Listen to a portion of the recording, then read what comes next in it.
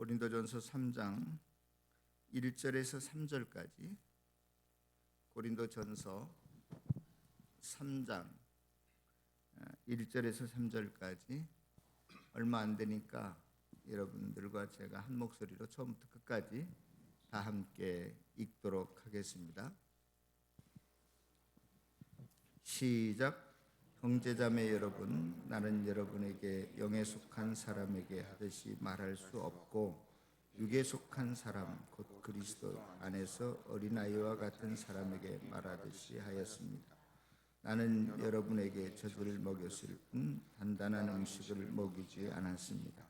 그때에는 여러분이 단단한 음식을 감당할 수 없었습니다. 사실 지금도 여러분은 그것을 감당할 수 없습니다. 여러분은 아직도 육에 속한 사람들입니다. 여러분 가운데서 시기와 싸움이 있으니 여러분은 육에 속한 사람이고 인간의 방식대로 살고 있는 것이 아닙니까? 제가 이번 주에 어디를 다녀오다가 라디오 방송을 듣게 됐는데요. 그 시골 사람들이 자기 마을 이장님에게 어려운 문제, 인생의 문제를 이렇게 질문하면 그 진행자가 마치 이장님처럼 답변해주는 코미디 비슷한 아주 그런 재미있는 프로그램이었습니다. 그 내용 한두 가지를 여러분들에게 소개하자면 이런 거예요. 어느 아주머니의 질문이었는데요. 이장님 이렇게 불러놓고 우리 아들놈이 웬 바람이 불었는지 책상 앞에 앉아서 공부를 하지 뭐예요. 그래서 내가 삼겹살도 구워주고 과일도 사다가 깎아주고 그렇게 열심히 뒷바지를 했는데, 아니 그 청소를 하기 위해서 그 방에 들어가서 봤는데 책상 위에 뭐가 수북이 쌓여서 보니까 연애 편지였어요. 이장님 어떻게 하면 좋겠시요? 그렇게 질문을 하는 거예요. 그러니까 이제 이장님이 당장에 응징을 해야죠. 그런데 사춘기 때는 연애하는 거 못 막습니다. 그러니 앞으로는 그 삼겹살은 절대 사다 먹이지 말아요. 그것 때문에 그러는 거예요. 이런 이제 대답을 하는 걸 들었어요. 아주 재미있는 것들이 많이 있더라고요. 그 중에 또 노총각이 또 질문을 하는 거예요. 이장님 불러놓고 다음 달에 우리 초등학교 그 동창들이 시골에서 제주도로 놀러를 가는데 다 부부 이제 함께 놀러를 가는데 자기는 노총각이니까 혼자잖아요. 그런데 이제 그 친구 영철이도 그렇고 순철이도 그렇고 자꾸 같이 가자 그러고, 영철이 와이프도 순철이 와이프도 내가 가지 않는다면 자기네들도 안 간다고 그러는데 이장님 따라가야 돼요 말아야 돼요? 그렇게 또 질문을 하는 거예요. 그러니까 그 이장님이 아니 부부끼리 가는데 눈치도 없이 뭘 따라가려고 그래요.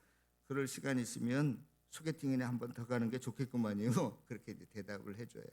네, 이런 재밌는 것들이 참 많이 있더라고요. 네, 하나만 더 소개하죠. 결혼 7년 차 어느 부부인데 그 남자가 이렇게 이제 이장님에게 질문하는 거예요. 이장님, 어제가 우리 결혼 기념일이었는데 깜빡 잊고 그냥 지나가 버렸시요. 근데 마누라가 눈치가 보이는데 어떻게 하면 좋겠시요? 하고 물어보는 거예요. 그러니까 이장님이 그것도 골든타임이 있는 거예요. 3, 4일 지났으면 그냥 모른 척 지나가고 아직 하루밖에 안 지났으니까 마누라가 좋아하는 선물을 하나 사다 주세요. 그러면 오늘 저녁에도 좋은 일이 생길 거만요. 이런 식으로 이제 대답하는 그런 것들을 제가 들으면서 나는 인생의 지침을 누구한테 가서 배우나 그런 생각이 들었어요. 거기에 등장하는 사람들은 다 이장님께 물어보면 이장님이 알맞게 대답해 주시는데 나의 인생의 지침, 내가 어려울 때는 내가 누구를 찾아가나 이런 생각이 들고, 또 저와 여러분들이 함께 길을 잃고 방황할 때 나침반 역할을 하는 것이 있다면 무엇일까 이제 이런 생각이 들었어요. 여러분 1983년도에 우리나라에 큰 사건이 하나 일어납니다. 젊으신 분들은 잘 모르시겠지만 1983년도에 우리나라 칼기 민항기가 소련군 요격에 격추되는 사건이 일어나요. 그 한국 그 민항기가 미국의 존 F 케네디를 출발해서 앵커리지를 거쳐서 이제 김포공항으로 돌아오는 중에 무슨 연유인지 그 예정 항로보다 북쪽으로 22km 정도 더 소련 항공으로 들어가게 돼요. 그래서 방공망에 소련 방공망에 걸린 그 우리나라 한국의 그 칼기가 미국 아니 소련 미사일에 의해서 격추당합니다. 269명이 전원 사망하게 되죠. 전 세계가 아주 충격적인 그 소식을 접하게 됐었는데요.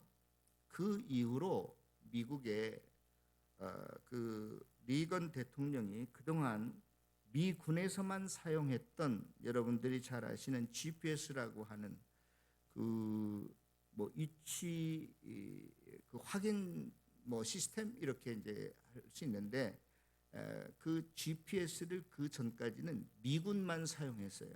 그래서 세계 어느 곳이 있든지 자기가 어느 위치에 있다는 걸 알 수 있었는데 리건이 그 사건 이후로 일간 그 민간인들에게도 사용을 허가하고 사용하도록 허가해 주었습니다. 그래서 오늘날에는 비행기뿐만이 아니라 뭐 배, 뭐 자동차, 우리가 가지고 있는 핸드폰에까지 그게 다 이제 부착되어 있지 않습니까? 제가 GPS가 잘 알지 못하는데 대충 찾아보니까 GPS라는 게 뭐냐면은 이 지구 상공에서 한 2만 킬로미터 상공에 떠서 이 지구를 공전하는 위성 궤도가 6개가 있는데 그 위성 궤도 하나에 4대의 그 위성이 돌아요. 하루에 2바퀴씩, 그러니까 12시간마다 한 번씩 24대가 지구를 돌면서 우리의 위치가 어디에 있는지 정확하게 포인트를 찍어줍니다. 그래서 그것을 받는 그 수신 장치가 소위 말하는 우리들 자동차에 내비게이션이라는 게 붙어 있어서 내가 지금 어느 위치에 있고 어디로 가려면 제일 단거리가 어떤 거리고 또 시간이 얼마나 걸리고, 요즘은 물어보니까 뭐 방지 속도 제한 방지턱, 뭐 사고 다발 지역 제한 속도, 뭐 별의별 같은 게 다 이제 나오더라고요. 내비게이션 안에. 아무튼 저와 여러분들이 이제는 그 내비게이션만 있으면 어디든지 쉽게 찾아갈 수 있게 됐어요. 저는 길치라서 내비게이션이 없었을 때는 정말로 힘들었어요. 이거 어디로 가야 되나? 그때는 다들 지도책을 펴고 찾아갔는데 저는 그 지도책을 봐도 잘 모르겠더라고요. 걱정이 됐습니다. 불안했어요. 어디로 가야 될지 몰랐어요. 그리고 운전하고 싶은 마음이 없어요. 길을 모르니까 사고만 날 것 같고. 그러나 전혀 이제는 길을 몰라도 처음 가는 곳이라 할지라도 GPS만 연결되면 아주 안전하게 편안하게 아무 걱정 없이 도착 때까지 길을 잘 안내해 주고 있습니다. 사랑하는 성도 여러분, 저와 여러분들이 앞으로 남은 인생을 어떻게 살기를 원하십니까? 편안하게 살기를 원하십니까? 행복하게 살고 싶으신가요? 그러면 내비게이션이 우리를 잘 인도해 주는 것처럼 우리의 인생의 길도 뭔가 잘 인도해 준다면, 또 그것이 있다면 우리는 좀 더 편안하게 행복하게 남은 인생을 살아갈 수 있지 않을까 하는 생각을 해봅니다. 여러분의 남편과 아내가, 또 여러분의 자녀들과 직장 동료나 상사들과 친구들과 이웃들과도, 또 VIP들과도 모든 인간관계 속에서도 평화와 기쁨을 누리고 싶습니다. 그런데 안타깝게도 더 그런 사람들과 사이 좋게 지내고 싶은데 꼭 그들과 더 다른 성격의 소유자, 또 그들과 다른 생각, 다른 가치관, 견해 차이가 너무나 크고 많기 때문에 도리어 친하고 싶은, 가까이 하고 싶은 그들과 더 갈등이 일어나고 싸우고 복잡하고 갈라서는 일들이 우리 가운데 비일비재 일어나고 있습니다. 오늘 고린도전서 3장은 1장과 2장과 거의 비슷한 맥락에서 같은 주제를 놓고 계속 이야기해 가고 있는데 단지 좀 다른 각도에서 설명을 하고 있습니다. 여러분 1장과 2장의 주제가 뭐였습니까? 고린도 교회를 향해서 너희들이 한 하나님을 믿고 한 교회를 다니면서 왜 이렇게 싸움이 많냐? 속된 말로 왜 개판이냐? 나는 뭐 아볼로파요, 나는 뭐 바울파요, 게바파요, 그리스도파로 사분오열되어서 왜 이렇게 시끌벅적하고 난장판이냐? 이제 이러한 이야기를 하고 있어요. 그 이유는 뭐냐? 세상의 문화 가치관이 세상의 영이 교회 안에 그대로 들어왔기 때문에 우리가 세상 사람들을 본받아서 그렇게 되는 거야. 그것을 극복하려면 고린도전서 2장에 제가 지난주에 뭐라고 말씀하셨어요? 우리의 속을 비우고 그 안에 뭘 채워야 된다고요? 성령으로 채울 때 우리가 그것을 극복해 갈 수 있다. 이제 이런 말씀을 드렸고, 오늘은 너희들이 그렇게 하나 되지 못하는 이유, 너희들 가운데 시끄러움이 있고 분쟁이 있고 늘마다 싸움이 있고 갈등이 있는 이유 중에 하나는, 예를 든다, 비유한다면 너희들이 아직도 장성하지 못한 어린 나이와 같기 때문이다. 다시 말해서 너희들은 육신에 속한 자이기 때문이다. 그러한 이야기를 합니다. 자, 오늘 성경을 한번 좀 찾아보겠습니다. 오늘 성경 3장이지만 그 앞에 2장 14절에 육에 속한 사람은 하나님의 성령의 일들을 받지 아니하니, 여기 육에 속한 사람이 나오고 그 다음 오늘 본문에 3장 1절에 육신에 속한 자가 나오는데, 이 단어가 여러분들 한자 육신과 육이지만 헬라어 본문에 보면 완전히 다른 단어예요. 잘 보세요. 2장 14절에 나오는 육에 속한 사람이라고 하는 것은 헬라어로 푸시키코스라는 단어인데, 3장 1절에 육신에 속한 자는 호사르키노이스라고 하는 단어예요. 다시 말해서 2장 14절에 나오는 육에 속한 사람은 성령이 없는 사람, 넌 크리스천을 의미합니다. 그러니까 아무리 믿음에 관한 이야기를 해도, 성경의 이야기를 해도 그 사람들은 알아듣는다, 못 알아듣는다? 못 알아듣는다, 그런 거예요. 그런데 3장 1절에 보겠습니다. 이 바울이 고린도 교인들을 향해서 너희들은 마치 어떤 사람과 같으냐? 육신에 속한 자, 곧 그리스도 안에서 어린아이와 같다, 이러한 표현을 합니다. 여기서 육신이라고 하는 이 말은 무엇이냐? 너희들이 그리스도 안에서 육신에 속했다, 그리스도 안에서 너희들이 어린아이와 같다, 이 말은 뭐냐면 예수님을 영접하기는 했어. 너희들이 거듭나기는 거듭난 것 같은데 사람의 성장 속도에 비하면 이제 갓 태어난 어린아이와 불과하다, 그런 이야기야. 너희들이 이 육신에 속한 자라고 하는 것은 예수님을 영접한 그리스도인이긴 하지만 하나님의 뜻대로 살지 않고 자기 멋대로 사는 사람, 아직도 세상적인 사람을 의미한다. 그렇게 여러분들이 이해하셔야 됩니다. 그래서 이 어린아이에 속한 자, 어린아이의 특징이 뭐냐? 너희들이 젖이나 먹고 뭐예요? 무엇을 못 먹어요? 예? 밥으로는 아니야. 이 밥이라는 것도요, 뭐 떡이나 빵을 의미하는 게 아니라 헬라어 원문에 보면 딱딱한 음식, 다시 말해서 그들의 주식인 고기를 의미해요. 여러분, 신생아들이 엄마 젖도 제대로 못 빠는데 불고기 먹을 수 있어요? 못 먹잖아요. 그것처럼 너희들이 이제 영적으로 다시 거듭나고 태어난 것 같기는 하지만 아직 그 상태가 아무 음식이나 잘 소화할 수 있는 장성한 사람이 아니라 겨우 젖이나 빨아먹는 어린아이와 같기 때문에 늘마다 교회 안에서 분쟁이 있고 다툼이 있고 싸움이 있고, 속으로는 아무리 목사님 그래도 난 내 생각 따로 있어요, 이렇게 논다는 거예요. 따로 논다는 거예요. 거북이 등껍질처럼 너희들이 다 경계선이 그어 있으면 결코 교회가 교회다운 역할을 할 수 없다, 그런 이야기를 하고 있는 거예요. 네. 어린아이의 특징은 젖이나 먹고 뭘 못 먹는다고요? 밥, 딱딱한 음식, 고기를 못 먹는다. 또 하나는 뭐냐? 어린아이의 특징 중에 하나는 시기와 분쟁이 있다는 거예요. 이게 육신에 속한 사람의 특징이에요. 예? 조그마한 일에도 삐지고 토라지고, 예? 자기중심적이고 이기적인 삶을 사는 사람들이 어린아이들입니다. 여러분들, 이제 2-3살 먹은 사람이 엄마가 배가 고픈지 배가 부른지 알아요? 엄마가 지금 헐벗고 다니는지 그렇지 않은지 알아요? 전혀 몰라요. 저만 배부르고 등 따시면 만사오케이야. 예? 엄마가 아빠가 어떻게 되는지 상관이 없어. 자기만 배부르고 기분 좋으면 만사 오케이야. 이게 어린아이의 특징입니다. 굉장히 자기중심적이고 이기적인 삶을 사는 것이 이제 어린아이라는 거예요.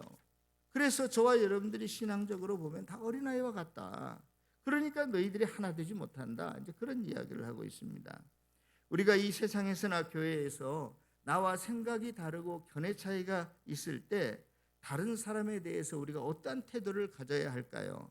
스캇 솔즈 박사라는 사람이 유명한 책을 하나 썼는데 그게 뭐냐면 선 안에 갇힌 인간, 이 네모 박스 안에 있는 인간과 선 밖에 있는 예수라는 그 책을 썼어요. 거기에 보면 혁명가들에 대한 우리가 흔한 오해가 있는데 여기서 말하는 혁명가라고 하는 것은 다른 것이 아니라 우리와 생각이 다르고 견해가 다르다고 해서 교회를 뛰쳐나간 사람, 예? 그들은 나름대로 하나님을 그 영혼이 멀리 떨어져 버리는 사람도 있지만 그들 중에는 자기 나름대로 하나님을 더 갈망하고 하나님을 더 사랑하고 잘 믿고 싶어서 자기 나름대로 신앙을 짜집기 위해서라도 믿음을 추구하는 사람이 의외로 많습니다. 그 책에서는 그 사람을 혁명가라고 그래요. 우리나라는 요즘 그걸 가나안 성도라고 그러는 것 같아요. 가나안 성도. 하나님은 믿지만 교회는 안 나가는 사람들이 우리나라에도 많이 있다는 거예요. 이런 사람들을 우리와 시각과 다르고 생각이 다른 사람들을 혹은 같은 교회 안에서도 견해 차이가 있을 때 어떻게 해야 되는가? 저는 두 가지 태도, 두 가지 반응이 있다고 보는데요. 첫째는 뭐냐? 율법, 성경을 잘 알고 그래서 그 율법의 근거에 의해서 상대방을 평가합니다. 예? 상대방을 재단해요. 저 사람은 원래 저런 사람 아니야? 그렇게 비판합니다. 그렇게 정죄하는 사람, 나는 옳고 상대방은 틀렸다고 말하는 사람, 이런 사람은요 어떤 사람이느냐, 교회 출석은 해도 그런 사람을 우리는 종교인이라고 말합니다. 뭐 그리스도인들끼리는 율법적인 사람이라고 주로 말을 하죠. 그러나 또 다른 태도 하나는 뭐냐, 하나님의 마음, 긍휼, 그래서 나와 생각 견해가 달라도 상대방을 용서하고 포용할 줄 아는 사람, 이 사람이 하나님을 믿는 신앙인이라고 저는 부르고 싶어요. 예를 들어서 여러분들 실감이 안 나죠? 미국에 공화당이 있고 민주당이 있어요. 미국에도. 그러면 공화당원들도 하나님을 믿는 의원들이 많고 민주당 의원들도 하나님을 믿는 사람들 많이 있어요. 그런데 우리가 소위 말하는 그 종교인이 되면 교회 다니는 출석하는 종교인들의 태도는 뭐냐? 상대방에 대해서 그 사람이 공화당이든 민주당이든 상관없이 자기만 옳고 상대방은 틀렸다는 거예요. 상대방을 적대적으로 보는 것입니다. 편향된 시각을 가진 거예요. 진영 논리에 빠지는 것입니다. 우리나라도 똑같은 현상이 일어나고 있잖아요. 똑같은 하나님을 믿고 한 교회를 다니는데 어떤 사람은 민주당 국회의원, 어떤 사람은 국힘당 국회의원, 서로로 으르렁거려요. 장로님들이 나와서 주일날마다 대표 기도를 하는데 어떤 장로님은 완전히 태극기 부대, 또 어떤 장로님은 정반대 부대. 그래가지고 교인들이 어찌할 줄 모르는 어려운 교회 제가 많이 들었습니다. 주위에서. 그러나 하나님의 마음을 이해하고 참 신앙인의 태도 반응은 하나님께서 어느 한쪽의 하나님이 아닌 온 세상의 하나님이신 것을 깨닫는 사람이에요. 이해하는 사람이에요. 여러분, 하나님께서 무엇을 사랑하셨다고요? 요한복음 3장 16절에 이 세상을 사랑하셨어요. 저와 여러분들만 사랑한 게 아니라 이웃교회 교인도 사랑하셨어요. 민주당만 사랑한 게 아니라 공화당도 사랑하시는 하나님이시라는 거예요. 왜 저와 여러분들이 한쪽 시각으로만 이 세상을 바라보고 평가하고 내 기준에 의해서 옳다 그러다, 너희가 하나님이 되어서 자꾸 그러니까 분쟁이 생기고 싸움이 일어나고 너희들이 진정으로 하나 되지 못하는 거야. 그런 이야기를 오늘 본문에서 하고 있는 것입니다. 사랑하는 성도 여러분, 우리가 세상을 향하여서도 그렇고 또 교회 안에서도 서로가 서로의 다름이나 차이를 인정하지 못하고 마치 미성숙한 사람들처럼, 어린아이처럼, 육신에 속한 그리스도인처럼 자기 판단과 자기 기준만을 가지고 서로를 판단하고 정죄하고 비난하게 되면 그곳에는 싸움과 분쟁과 갈등밖에 일어날 수밖에 없어요. 그래서 오늘 본문에서는 그것을 해결하려면 어떻게 해야 되는가? 너희들이 신령한 자들이 되라. 육에 속한 자들이 아니라, 육신에 속한 자들이 아니라 어떠한 자들이 되라고요? 신령한 자들이 되라. 이 말은 세번역에 보니까 영적인, 영에 속한 자들이 되라. 너희들이 성령으로 충만한 자들이 되라. 그러한 의미예요.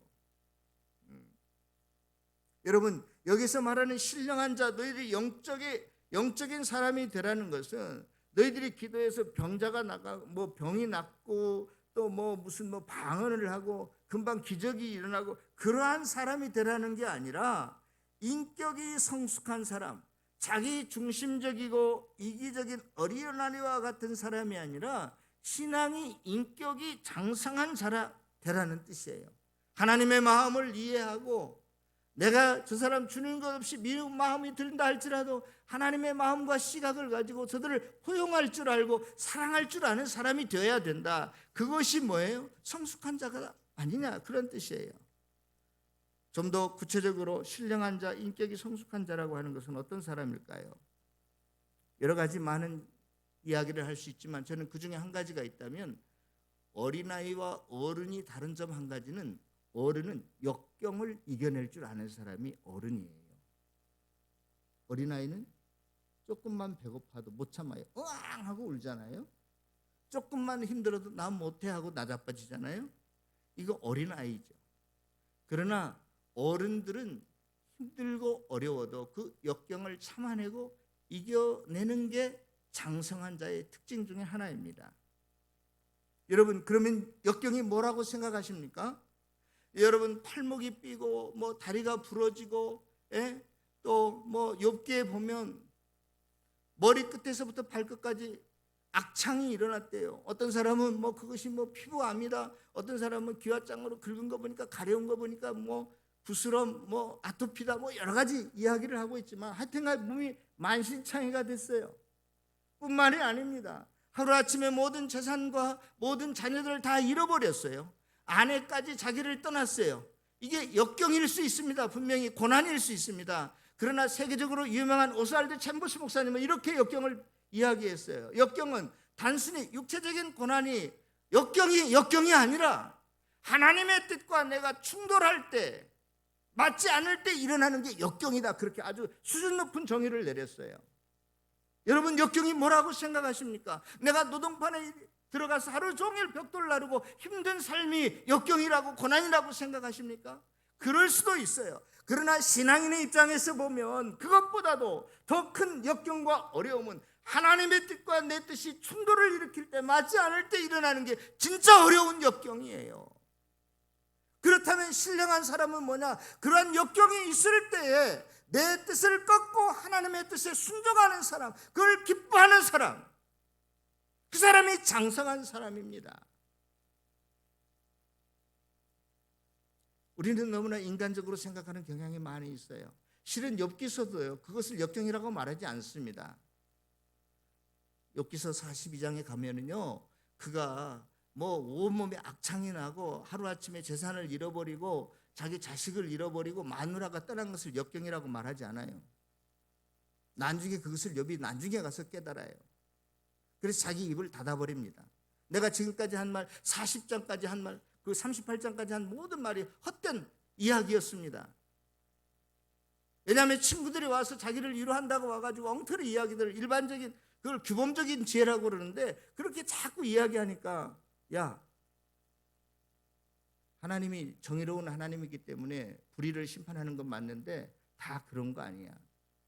세상에 나가봐. 하나님을 모르는 사람이, 잘 사는 사람이 얼마나 많냐.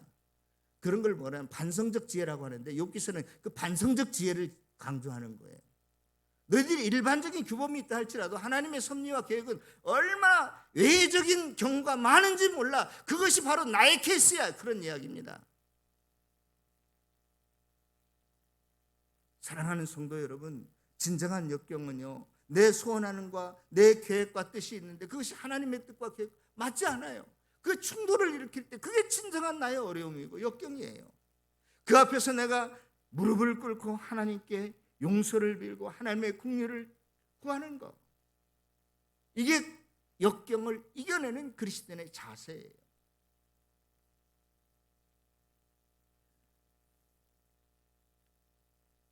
내 인생의 GPS는 다른 것이 될 수 없습니다. 하나님 자신이고 하나님의 말씀이고 성령님이 내 인생의 GPS가 될 때, 나는 일로 가고 싶은데 하나님이 저쪽으로 인도하실 때 내 뜻을 꺾고 하나님의 음성에 따라서 말씀에 따라서 순종하는 것, 그것이 신령한 자입니다. 믿음이 성숙한 자입니다. 오늘 본문에서는 너희들이 다 그와 같이 되기를 원한다라고 호소하고 있는 거예요. 사랑하는 성도 여러분, 제가 여러분의 마음에 들지 않습니까? 목자 목녀가 여러분들의 마음에 들지 않는 때가 있습니까? 내가 교만하기 때문에 그래요.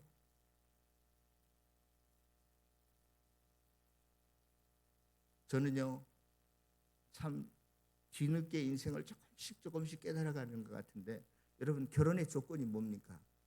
나를 사랑해주는 사람이? 아니면 좋은 명문대학을 나온 사람이에요? 아니면 뭐 얼굴이 훈남인 사람이에요? 아파트가 있는 사람이에요? 저는 뒤늦게 조금 깨달은 게 있는데, 결혼의 조건은 그런 게 될 수 없다고 생각해요. 상대방을 잘 맞춰줄 수 있는 사람이, 상대방을 잘 섬길 수 있는 사람이 훌륭한 배우자감이라고 저는 생각합니다. 그런 사람에게는 누가 와도 누구든지 편하게 해줄 수가 있어요. 그런데 요즘은 그렇지 않잖아요. 내 뜻에 맞아야 되고 내 이상형이어야 되고 모든 기준을 자기에게 맞춰요. 성경은 그렇게 말하고 있지 않는 것 같아요. 너희와 아무리 생각이 다르고 뭐가 달라도 네가 어떠한 사람이라 할지라도 하나님의 사람으로서 상대방을 맞춰줄 수 있는 사람, 상대방의 연약함을 채워줄 수 있는 사람, 그게 훌륭한 배우자야. 우리 마누라는 뭐 나하고 영원한 뭐 평행선이야, 뭐 로또야, 그러지 말고, 예?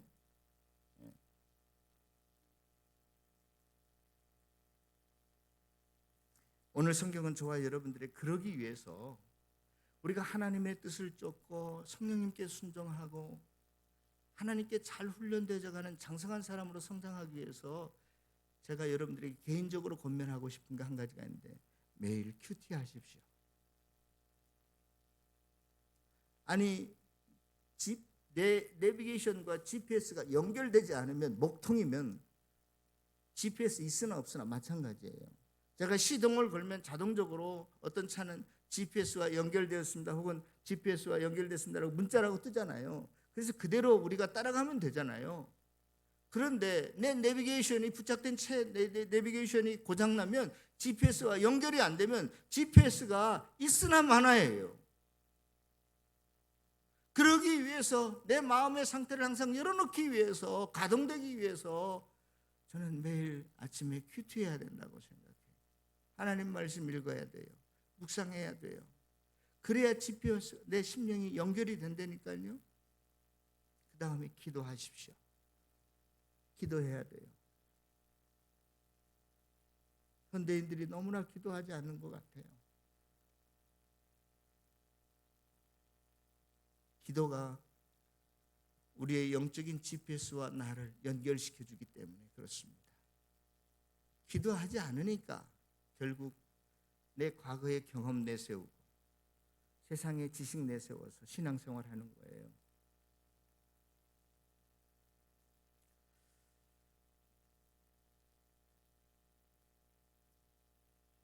내 심령에, 내 인생의 참 GPS가 되신 그분과 그분의 말씀과 뜻에 연결되어 있지 않고 여전히 그저 어린아이처럼 육신에 속한 사람처럼 내 생각과 판단과 느낌과 감정에 의해서 살아간다면, 우리는 온갖 상대방에 대해서도 부정적인 생각, 잘못된 생각, 판단, 오해, 착각, 시기, 질투, 싸움과 파당과 분란만 일으킬 것입니다. 마음의 평안은 깨지고 결코 하나 되는 것, 서로 사랑하고 용납하는 것 쉽지 않습니다. 우리가 아침에 눈 뜨면 직장이나 학교에서 무슨 일을 하든지 누구를 만나든지 내 마음과 하나님의 마음이 연결되어 있어서 하나님의 뜻이, 사랑이 내게 전달되도록 합시다. 내 눈앞에 어떠한 사람이 나타난다 할지라도 그 사람이 착한 사람이든 악한 사람이든 상관없이 하나님의 말씀과 연결된 상태에서 하나님의 마음과 시각으로 그 사람을 바라보게 되면, 하나님의 마음으로 그 사람에게 말하고 행동하게 되면 우리의 가정이, 목장이, 교회가, 이 나라와 이 민족이 변화되어지리라고 믿습니다. 달라지리라고 믿습니다. 여러분, 다른 것 따라가지 마십시오. 예수님 따라가야 됩니다. 복음에 순종해야 됩니다. 그래야 우리의 앞길이 열리게 됩니다. 편하게 돼요. 주님을 의지하고 순종하는 자, 주가 늘 함께 하실 것입니다. 예수 안에서 우리의 인생의 남은 길이 정말로 즐겁고 복된 길이 될 것입니다.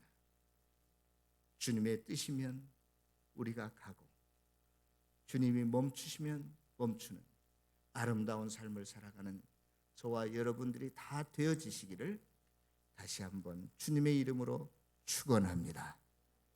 기도하겠습니다.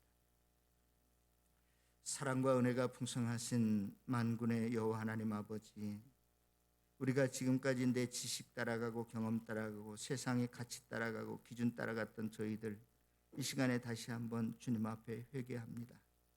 이제부터서라도 예수님 따라가기를 원합니다. 복음에 순종하기를 원합니다. 주님만을 의지하기를 원합니다. 주님, 우리와 늘 함께하여 주시옵소서. 우리를 안위해 주시고 풍성케 하시고 사랑해 주실 줄로 믿습니다. 주만을 의지하고 순종하는 길이 예수 안에 즐겁고 참 복된 길임을 믿습니다. 내가 주님 앞에 날마다 나아가기를 원합니다. 주님 말씀하시면 따라가고 주님의 뜻이 아니면 내가 멈춰 설 수 있는 우리의 삶이 될 수 있도록 도와주시옵소서. 주님이 뜻하신 그곳에 내가 있기를 원합니다. 주님, 온전히 나를 이끌어 주시옵소서. 예수님 이름으로 기도드리옵나이다. 아멘. 자리에서 일어나셔서 말씀 기억하시면서 마지막 찬양 드리도록 하겠습니다.